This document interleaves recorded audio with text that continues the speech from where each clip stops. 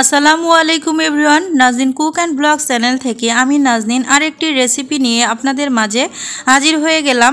আজকে আমি আপনাদের দেখাবো ডুমুর কিভাবে রান্না করতে হয় সেই রেসিপি।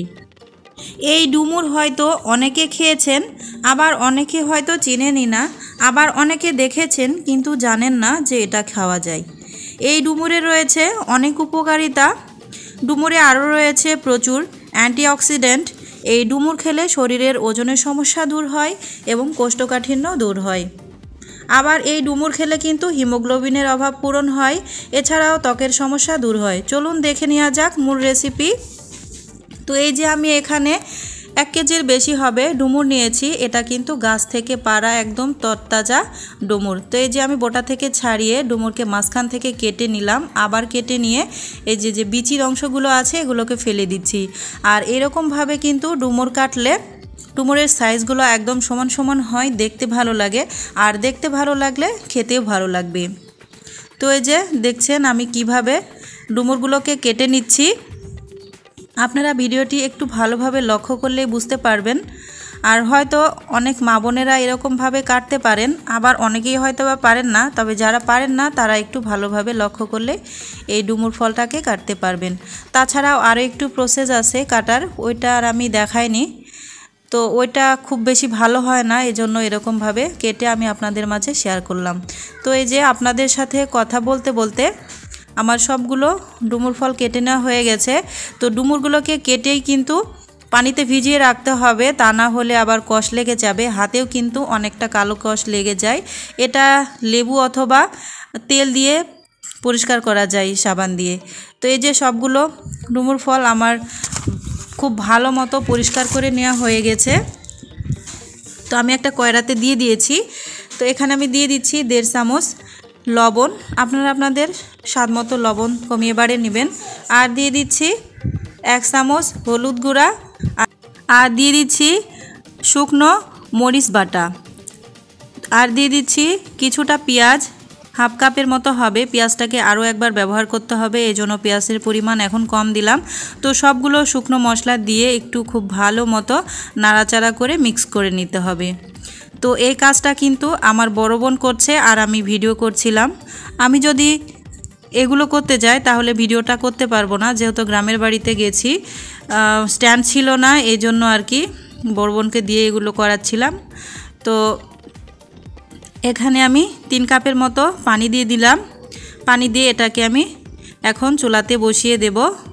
তো এই যে আমার বোন পানিটা দেওয়ার পর একটু ভালো মতো হাত দিয়ে নেড়ে চেড়ে দিচ্ছে। তো এই যে চুলাতে বসিয়ে দিয়েছি, আর চুলার জালটাও কিন্তু অন করা হয়ে গেছে। এটা মাটির চুলার রান্না, এটা হচ্ছে বন্ধু চুলা। তো এই যে ঢাকনা দিয়ে ঢেকে দিলাম। এই বন্ধু চুলাতে কিন্তু কড়াইয়ের তলাতে শুধু কালি হবে, উপরের অংশে কালি যাবে না, শুধু তলাতে জালটা হবে।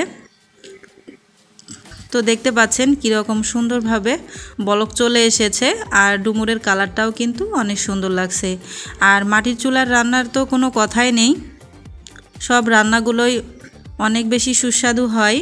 আর আমার বোনের হাতের রান্না তো মাশাল্লাহ অনেক মজা হয়। তো গ্রামে কীরকমভাবে ডুমুর রান্না করে আপনাদের সাথে সেই রেসিপিটি শেয়ার করছি।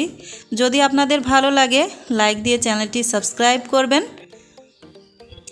আর আমার চ্যানেলের নতুন নতুন ভিডিও পেতে হলে সাবস্ক্রাইব করে অল বাটন প্রেস করে রাখবেন, তাহলে সবগুলো নোটিফিকেশান চলে যাবে। তো এই যে সবগুলো ডুমুর ফল থেকে পানিগুলো শুকিয়ে গেছে।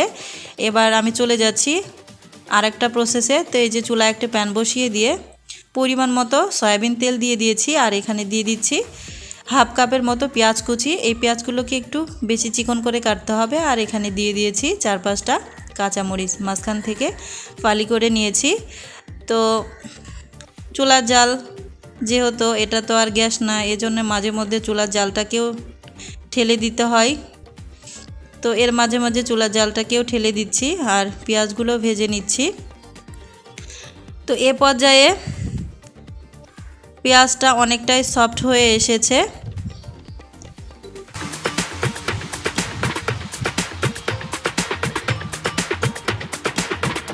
তো আমি এখানে দিয়ে দেব আস্ত জিরা, এখানে হাফ চামচের মতো আস্ত জিরা দেওয়া রয়েছে, আর জিরা দিলে কিন্তু ফ্লেভারটা অনেক ভালো লাগে আর খেতেও ভালো লাগে।